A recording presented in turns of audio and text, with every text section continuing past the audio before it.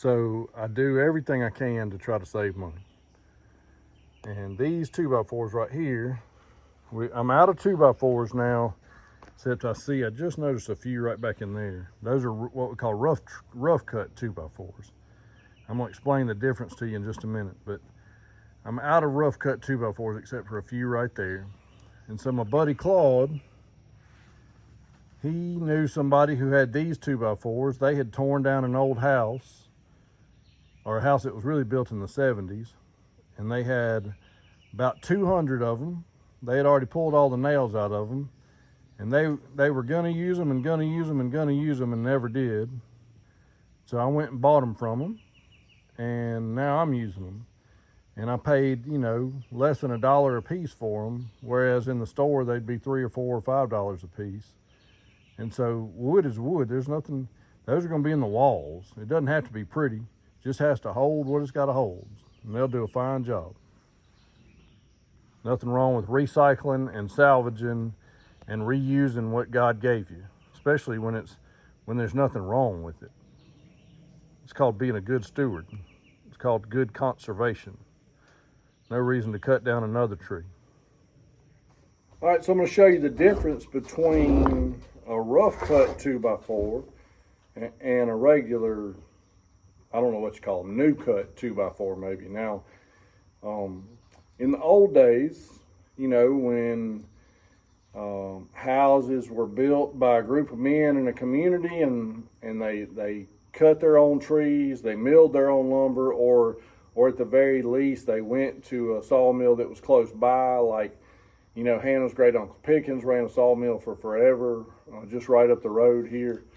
In the old days, they cut wood true to cut. So in the old days, when they would cut wood to build those houses, or when they'd go to a sawmill, and they said they were buying a 2x4 or a 2x6 or a 2x8, they were actually getting the wood they said they were getting. See, this is a 2x4. You see that?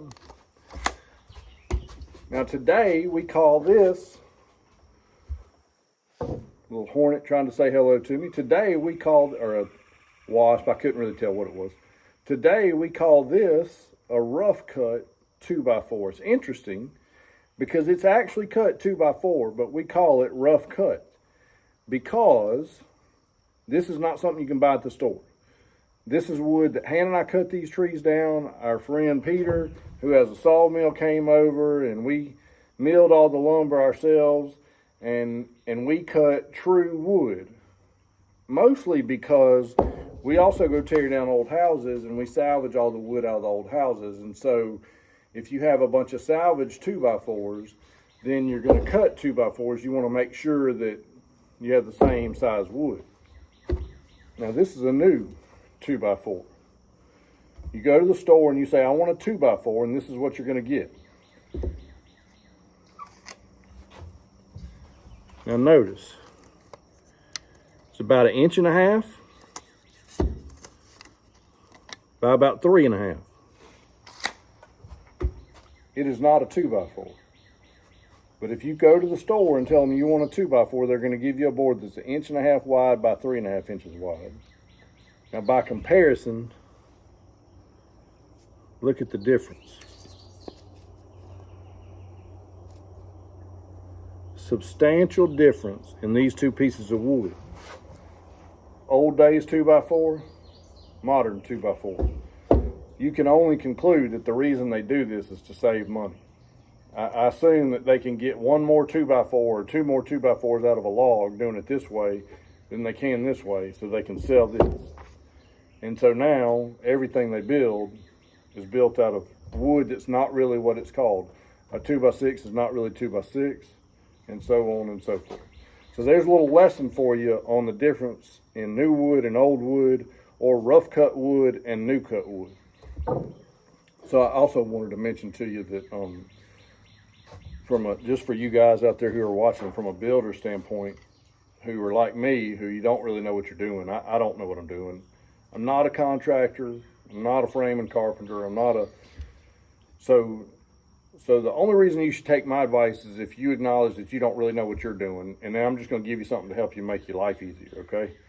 So I'm having to merge a true cut 2x4 because I ran out of these. I cut all these myself. I dried them and I used them, and I had almost enough. If I'd have had 30 or 40 more, I'd have been good. Now I'm having to use new cut 2x4s. Now these are not new. I salvaged these too. But the problem is these two do not marry well. It's like two cousins, right? And so you can't build a wall with some of these and some of these. And actually what I'm having to do is build a wall of new cut 2x4s on top of a wall of old cut 2x4s. Hold on, I'll show you. All right, so here's what I'm doing with this new cut 2x4 and old cut 2x4. So this wall right here is all old rough cut 2x4s. It's a true 2 inches wide and 4 inches thick, or whatever, you know what I'm trying to say. All these up here are new wood, 1.5 inches by 3.5 inches. And so I'm having to match this wall needs to be consistent all the way up, and especially on the inside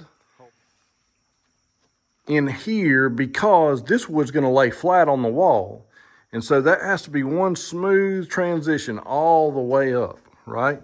I can't have it go up and then jump in a 1/2 inch and then go up more. It's gotta be a smooth transition all the way up. So what I can tell you, you can't see it from here, but if you go from this rough cut to the new cut, it's a smooth transition all the way up. And here's how I did it.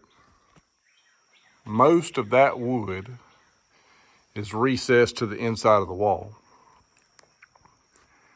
2 of those boards are recessed to the outside of the wall. So I have just enough coming out that I can match this side, but I have most of it going in so I can catch the inside wall. So again, I'm having to put new wood on top of old wood, or new wood on top of rough cut wood. And so what I've done is that, this is probably a better example. You can see right here, there's a 1/4 inch or a 1/2 inch, maybe 3/8 on this particular 2x4 that's a gap. And so on the inside, I need that wall to be perfectly straight because all those boards are going to stack one on top of the other in a straight line. And so I have most of my wall recessed to the inside, so it's perfectly, these two 2x4s line up perfectly. But about every third board, every third 2x4, I move it to the outside wall. And so I have just enough on the outside to nail to make it straight, and I have plenty on the inside to nail to make it straight. So some of them, the junctions look like, well, I mean, there's a top plate in there too, right? So it's sitting on the top plate, but some of them look like this, some of them look like this. That's how I made it work. I'm not sure if that's the right way to do it, but it works for me. And it seems to be working pretty good. I hope that helps you. Maybe it'll help you too.